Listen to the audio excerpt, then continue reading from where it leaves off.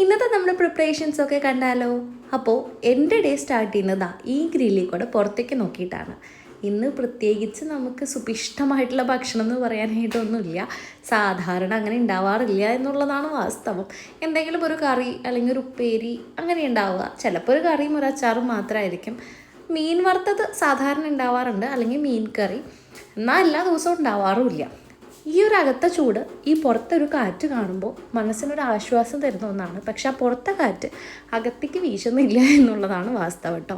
പിന്നെ അച്ഛൻ വന്നപ്പോൾ മീൻ കൊണ്ടുവന്നിട്ടുണ്ട്.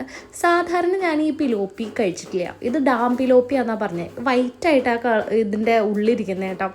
ഞാൻ സാധാരണ നമ്മുടെ പിലോപ്പിയില്ലേ, നോർമൽ പിലോപ്പി, അതാണ് കഴിച്ചിരിക്കുന്നത്. പക്ഷെ ഇത് കൊണ്ടുവന്നു. ഇത് കുറച്ചധികം തന്നെ കൊണ്ടുവന്നിട്ടുണ്ടായിരുന്നു. അപ്പം ഞാൻ ചെയ്തതെന്താ വെച്ചാൽ നന്നായിട്ട് കഴുകിയിട്ട് വെള്ളം ഒഴിച്ചിട്ട് ഫ്രീസറിൽ വയ്ക്കും. അപ്പോൾ ഒരു ദിവസം 2 ദിവസമൊക്കെ എനിക്ക് ഓക്കെയാണ്. അങ്ങനെ നമുക്കെടുത്ത് പ്രിപ്പയർ ചെയ്യാൻ.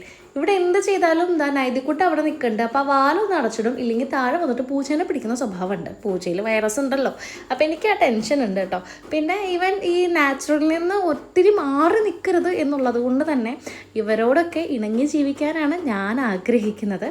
നമ്മൾ ഈ മീനൊക്കെ അതേപോലെ ഇറച്ചിയൊക്കെ കഴുകുന്ന സമയത്ത് അതിൽ നിന്നുള്ള വേസ്റ്റും കാര്യങ്ങളും ചിലപ്പോൾ വേണമെങ്കിൽ 1-2 കഷ്ണമൊക്കെ ഈ പൂച്ചയ്ക്കും പിന്നെ കാക്കയൊക്കെ വരും, അതിനൊക്കെ ഇട്ട് കൊടുക്കാറുണ്ട്. പിന്നെ നമ്മൾ ഊണ് കഴിച്ച് കഴിഞ്ഞാലും ഫുഡ് കൊടുക്കാറുണ്ട്.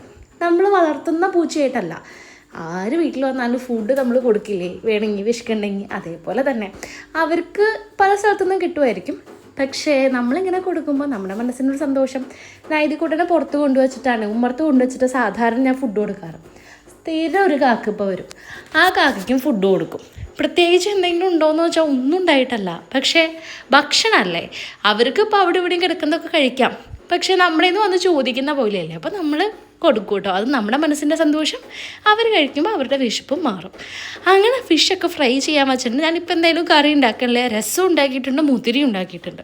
അപ്പോൾ പിന്നെ ഫിഷ് ഫ്രൈ ചെയ്ത് കഴിക്കാമെന്ന് വിചാരിച്ചു.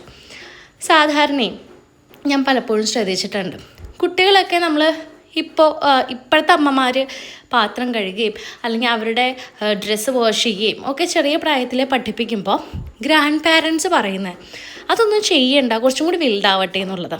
പക്ഷേ അവരുടെ കുട്ടികളെ എങ്ങനെ വളർത്തണമെന്ന് അവർക്കറിയാം. അപ്പോൾ അതുകൊണ്ട് തന്നെ അതിൽ മറ്റുള്ളവർ ഇടപെടാതിരിക്കുകയായിരിക്കും കുറച്ചും കൂടി ബെറ്റർ കേട്ടോ. ഫിഷൊക്കെ റെഡി ആയിട്ടുണ്ട്. അപ്പം ഞങ്ങൾ പോയിന് ഭക്ഷണം കഴിക്കട്ടെ. നിങ്ങളെല്ലാവരും ഭക്ഷണം കഴിച്ചല്ലോ. ബൈ, അടുത്ത വീഡിയോയിൽ കാണാം.